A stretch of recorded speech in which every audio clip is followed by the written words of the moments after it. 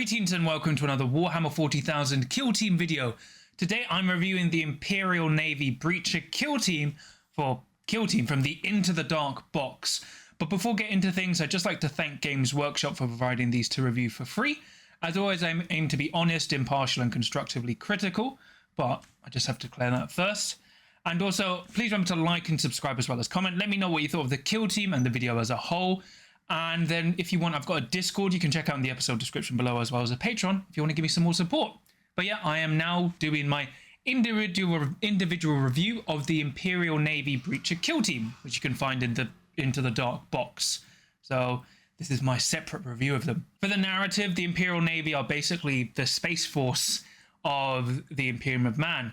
You're manning like basically all the spacecraft and dealing with the aircraft as well that participate in battlefields over planets.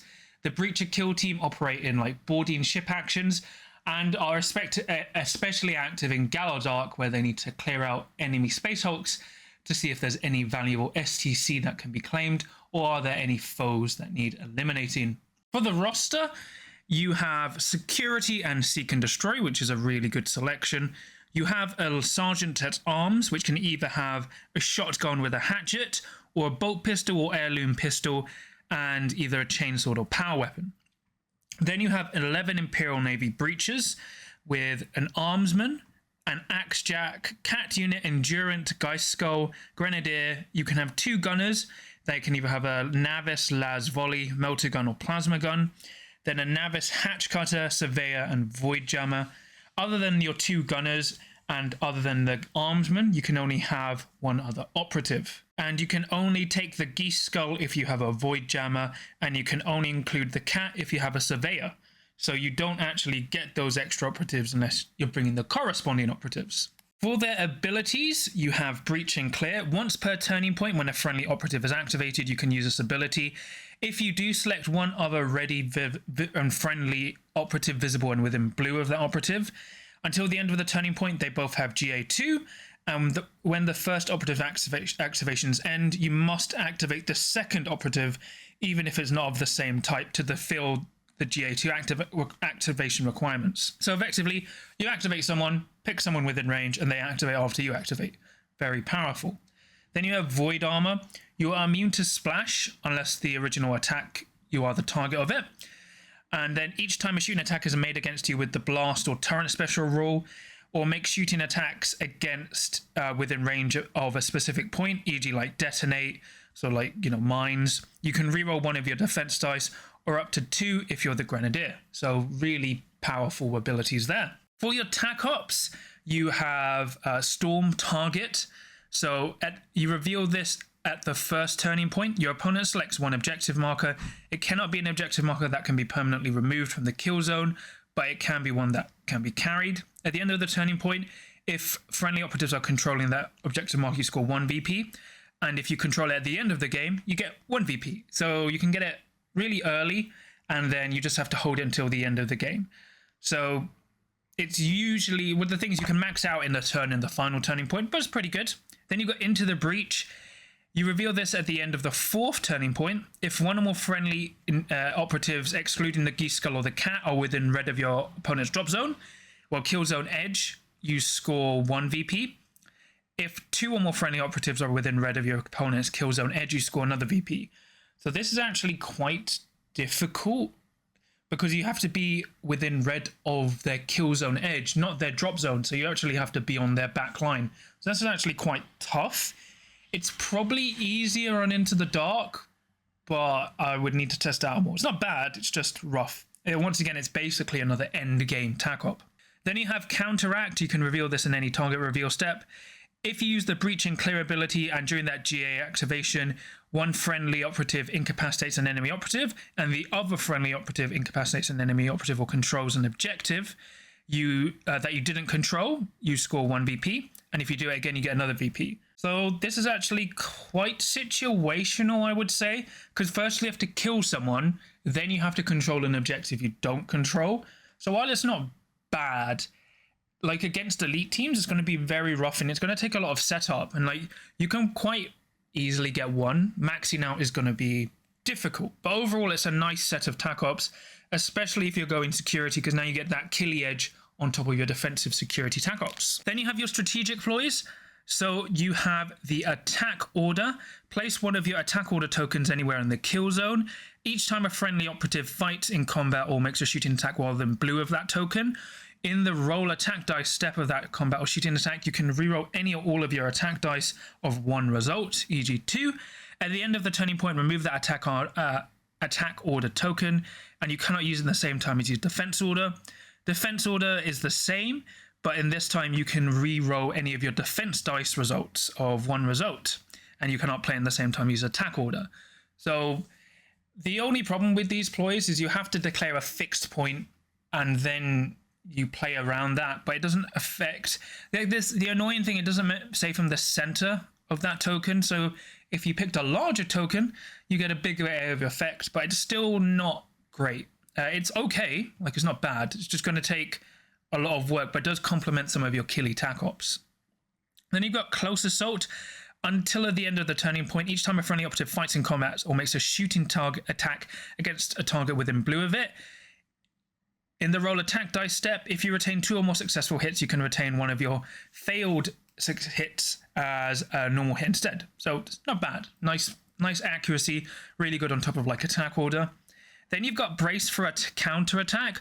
Until the end of the turning point, each time an enemy operative fights in combat or makes a shooting attack against an operative that hasn't performed a charge, fallback, or normal move action during this turning point, subtract 1 from both damage characteristics of weapons that operative is equipped with to a minimum of 2.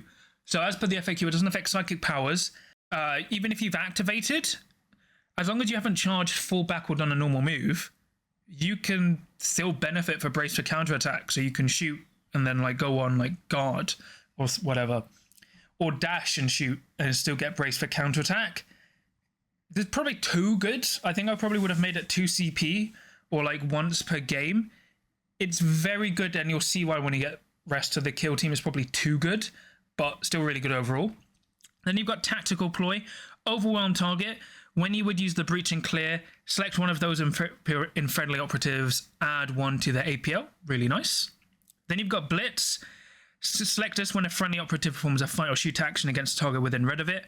In the roll attack dice step, before rolling your attack dice, if it is the first operative to be activated this turning point, you can retain 1 attack dice as a crit without rolling it. If it is the first friendly operative to perform either of those attack actions this turning point, you can retain 1 attack as a successful normal hit without rolling it. So this really rewards you for for alpha striking, which is very strong in turning point 2 and stuff.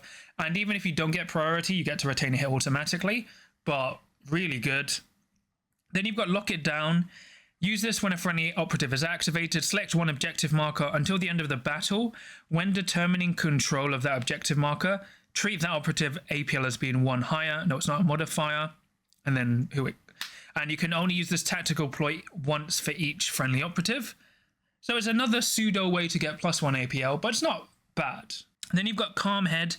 Use this when a friendly operative is activated. Until the end of the battle, you can ignore any or all modifiers that operative's movement and ballistic skill and weapon skill for weapons it is equipped with. So this is super strong. Like, you've got some key operative that is killed, wounded and injured, but not dead. Spend this, they're effectively fine for the entire game. So you've got an odd thing where your strategic ploys are not bad, they're okay, but your tactical ploys are amazing. For the operatives, first you have your sergeant. So I personally go with the auto pistol because it's balanced with lethal 5 up, and then I take the power weapon. You can take the shotgun, but it's not great in my opinion because all your shotguns are range red, hitting on 2s 3-3, or hitting on 4s 1-2, which is not great. Well, it's 3s and 5s for everyone else. The key thing is the command breach. At the start of the first strategy phase, select the attack or defense order. Until the end of the battle, while this operative is in the kill zone, you can use that ploy without spending command points. So you're likely to always pick attack order and basically play that for free every turning point while your leader is alive, which is pretty good. Then you've got the Navis Armsman. So this is your normal warrior. So everyone else is 7 wounds with a 4-up save, human stat line. So you have a Navis shotgun, which is 4 attacks, 3s, 3-3. Long range is 4s, 5s, 1-2. Notably doing 1 damage on a crit versus intercessors. And then you've got a hatchet, which is 3 attacks, hitting on 4s, 3-4. So they're not bad in melee, but those are your normal guys. Then you've got your Axe Jack. So it has a power weapon, which is not an axe, sorry. So it's 4/6 lethal 5-up, emboldened. If this operative performs a charge action, it's emboldened until the end of the turning point. When you would lose a wound on a roll of a 5-up, it's not lost, which is great. Then you've got Wade In. So for 2 AP, perform a free charge action and a free fight action. If you perform both actions, it's power up and gains the Reap 2 for that combat. So you're probably always doing Wade In just because you can, but Reap 2, Reap just sucks. It probably is slightly better on Into the Dark. It's a shame it just has a power weapon instead of having some kind of power axe. Like, you know, make it hit on 4s, make it like 5-7, something like that. It's not bad, it's just a weird power weapon. Then you've got the Cat. So this has movement 4 white, so it can move 8 inches, 10 if it charge. The 5-up save and 5 wounds. It's a support unit. You cannot perform any actions other than dash, fall back, normal move, or pass. It cannot do climb, jump, or traverse. And it cannot make shooting attacks or fighting combat, or be equipped with equipment or carry anything. So in the scouting step, after resolving your selection, you can perform a free dash action. With this operative is wholly within your drop zone. It's a machine, so when drawing visibility line from this operative, draw it from any part of the miniature. This operative cannot earn or lose experience points, cannot modify its APL, and it cannot perform the it can perform the fallback action for 1 less to a minimum of 1. It's not bad, but it will make sense when you see the rest of the operatives. Then you have your Endurant, who has a 2-up save with 10 wounds. So same shotgun and a shield bash, which is 3 dice. 3 dice hit on 4s, 1/1 with brutal and shield. So breach wall. Each time another friendly operative finishes an action in which it moved and ended that move with its base touching this operative's. If this operative has an engage order and is not already shielding another friendly operative, it can shield that until their bases are no longer touching or no longer has an engage order. When a friendly operative is shielded, it is not in any operative's line of sight if a cover line draws cover to it, unless the enemy operative is on a vantage point. So you basically tank the shot for them. And the shield, each time you fight in combat with this weapon in the resolve successful hit step, each time you parry, you can parry 2 of your successful dice instead of 1. Then you can disengage for 1 AP to form a free fallback action. So he's actually surprisingly tanky, especially with a 2-up save and 10 wounds. So he's surprisingly crazy tough. I like what they've done with him. He's way better in Into the Dark than he is on normal boards. Because with this engage thing, he just gets shot apart. But it's nice. Really, it's like the Blooded Guardsman with the shield should have been this. So yeah. Then you've got your Geese Skull, which is the same movement, and it has Fly. So it has the same support rule units and machine rules. So it has Boost. For 1 AP, select a point on the kill zone that is visible to this operative. Treat this as an intended target. Perform a free normal move, moving in a single line with unlimited movement, and you must finish within black of that selected point. This operative can only perform this action once, and it cannot perform it during the first turning point. It doesn't seem broken now, but you'll see why. This is a grot that can fly, but it can only do its hook shot once. Well, you only need to do it once, and you'll see why. So you have your Grenadier. He has a demolition charge, which is 4 dice hitting on 3s, 4/6. So its range is 2 white, so 4 inches. Blast white, AP 1 indirect and limited. So really good. Deadly on Into the Dark. Got a shotgun and a hatchet, and it's a Grenadier, so he's equipped with frag, crack, and stun grenades, and you know, but he can use them twice instead of once, so not bad. But he may just get errated too. He only has 1 of each, like the Pathfinder one. Then you have the Navis Gunner. They can either have a Navis Las Volley, which is not a miniature Las cannon, sadly. It's 6 dice hitting on 4s, 3 forward fusillade, heavy and relentless. You don't take this. You take the Melter Gun and Plasma Gun. They're just better, you know. They're more mobile. They have better damage profiles.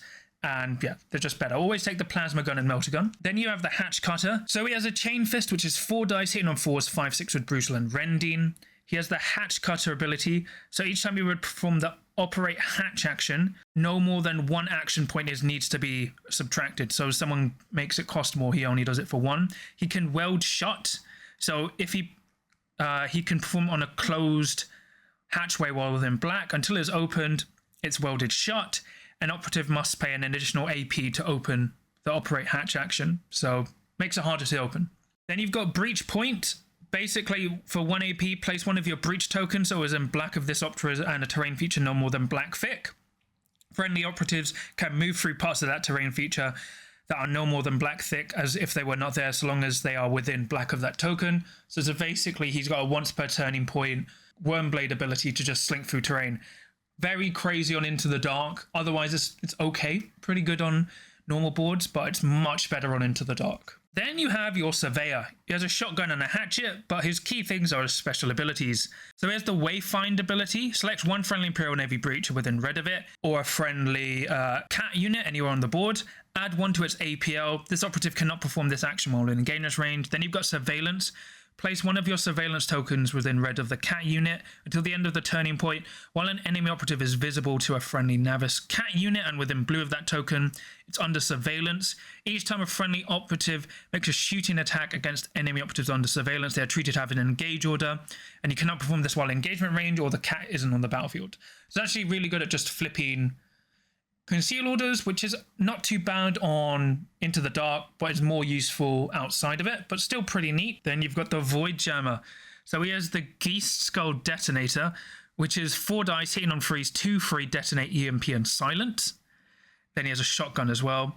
So Detonate. Each time this operative performs a shoot action with this weapon, make a shoot attack against each operative within white of a friendly Geese Skull. After all those attacks have been made, you remove the Geese Skull. You cannot make this shooting axe but perform an Overwatch or a friendly guy goes out, not in the kill zone. EMP is lethal X based on the target's unmodified save characteristic. Then you've got Interference Pulse. Select one friendly operative visible and within red of a friendly guy skull. On a D6, adding 1 to that result if that's in line of sight to the skull. On a free op, subtract 1 from the APL, and you cannot perform this while in engagement range of a friendly guy skull that is not in the kill zone. But the key thing is with the Geist Skull Detonator is if you chain it right, you activate the skull first, like the skull second last and the Void Jammer last. So the skull flies across the board in an open board, not for Into the Dark, flies into an enemy operative like where they're bunched up, and then you do Detonate. And you just immediately silent. It's crazy. It's very broken in certain situations. It is only 2 free damage, but because it has EMP as well, you'll be surprised against like 4-up save units or better how much damage it would actually do. So pretty crazy. Like, yeah. At least you can't GA2 it, but damn. Then you have your equipment. So you've got frag and crack grenades. You've got stun grenades. So it's just basically pick a point within red, and then everyone within white of that point on a D6 on a 4-up, they subtract 1 from the APL. Rebreathers for 1 AP. You can ignore modifier to the APL and not affected by stun, which is fine. Slugs. You're equipped with for shotguns only. At the setup, you select a type of ammunition to be loaded in the shotgun. If you've loaded the cartridges, either use any of the profiles. If it has loaded slugs, you can only use the long range, but add 1 to the both damage characteristics of that profile and improve its ballistic skill by 1 for that operative. So it's basically sniper shotguns. If you're playing normal kill team, this is how to get sniper, like normal shotguns, which is fine, but you don't really take it. And then for 1 AP, you can change the ammunition. Then you got stims, which is probably the best equipment point in the game. You probably just take 10 of these every game. For 1 equipment point, increase your wound characteristic by 1. And you're a horde team. And this isn't 2 EP or limited to 1. It's bonkers. How did this get through testing? Like, you've picked a horde team. Sure, you can argue, that you've got 10 guardsmen and 2 little operatives, but everyone has a 4-up save. Now they all have 8 wounds with a 4-up save, which kind of breaks the design principle, because it seems like if a team has 4-up save, 8 wounds, they're capped at like 9 models. So this is just bizarre. It's really good. You always take 10 stims, but it's baffling. Like, your leader goes to 9 wounds, your breacher goes to 11 wounds. It's so strange. How is this not 2 EP or limited to 1? Like, very strange balancing. Then you've got System Override, which you can only take once for 2 EP. So that you gain this ability for the battle. In the scouting step, after resolving your selection, you can open one hatchway. If both players have this ability, you resolve, the defender does it first. But basically, when you're playing Into the Dark, open a door automatically. It's... okay, you just take 10 stims every game, and you laugh at balance. You just take 10 stims. It's very, very well done. Then you've got your standard selection of narrative options for all your narrative gaming needs. So overall, the Imperial Navy Breacher kill team is pretty good. Like, they've got security base. Everyone's got a 4-up save. You've got 12 operatives. Let me double check. You've got 12 operatives, and you've got a lot of abilities. Like, the cool thing is you can take security, and then you can take Killy faction Tac Ops to offset security, and you have the option to go seek and destroy if you want. Obviously, this team is amazing on Into the Dark. They have so many rules and are obviously designed around Into the Dark. They're much better. On normal kill team boards, they're okay. They're not busted, but they suffer heavily because they effectively have no long range shooting. So, you know, this is kind of the drawback, because when you're playing these, when they test these teams, they primarily test them for Into the Dark. They really don't have the time to test them for normal games of Kill Team. So it's not surprising there.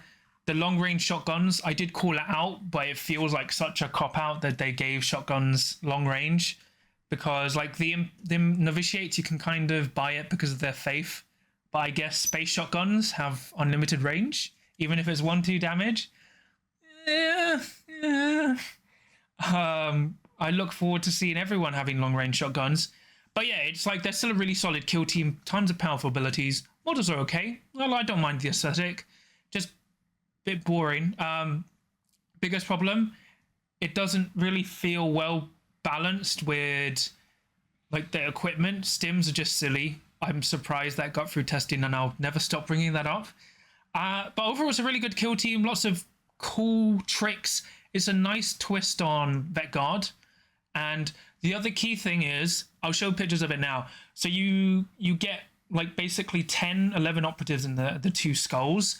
So you can build everything from one box. It's just, you only get one body for the 3 gunners, but you can build, you just have to trim the arms, and you can fit them like with the other gun on a normal one. So I put the melter gun on a normal guy. I just had to trim the arms back a bit. So you can kind of see in the pictures, but you can get away with just one kit. So you don't need to buy double up on this. But they're a fun kill team, so I would recommend them. You know, pros, they're Imperial Navy, but they can be easily converted into Solar Auxilia. They accurately represent a breaching kill team fighting in close quarters, and they've got lots of powerful faction abilities and equipment. Their only real downside is, well, in normal boards, so outside of Killzone Into the Dark, they're still good, but they're much better on Into the Dark, and they have very low long range output. So on normal boards, you're gonna find it a bit difficult to play around with them, but they have a lot of selection of powerful tools. But yeah, if you're interested in buying this kill team, you can buy it via Into the Dark by buying it from my affiliate link at Element Games down in the episode description below, where you get a 15 to 20% discount at no additional cost to yourself, while helping to support me and the channel. But yeah, if you've enjoyed this kill team review, please remember to like and subscribe, as well as comment. Do you agree or disagree with what I said? What do you think of this kill team, and how do you feel it operates outside of Into the Dark? I'd be interested to hear. But yeah, that's pretty much it. If you want, I've got a Discord you can check out in the episode description below, as well as a Patreon if you want to give me some more support. And I'll quickly thank my patrons. So for my adepts of the crit, I have Zamaru, Sam, Tarun, Kenzie, John Thomas, Dave, Average Joe 27, and Adzik. And then for my veterans of the crit, I have Samdra and Confucius. So thank you so much for all your support. Really helps, and it means so much to me. But yeah, you've got the Imperial Navy there. As I said, you've got the main review of Into the Dark if you want to check out. And I'll also be doing the crew kill team as well. But look, pretty solid. Very good kill team. Exceedingly good in Into the Dark. You're going to see tons of these on Into the Dark like games. But I'll be painting them up soon. I'm going to go with like white and bronze, and just like something quick and dirty with contrast, and then like dirty them up a bit. But yeah, I'll have a battle report with them soon. But remember, even when you're breaching the dark confines of a Space Hulk, you always have the chance to roll a crit.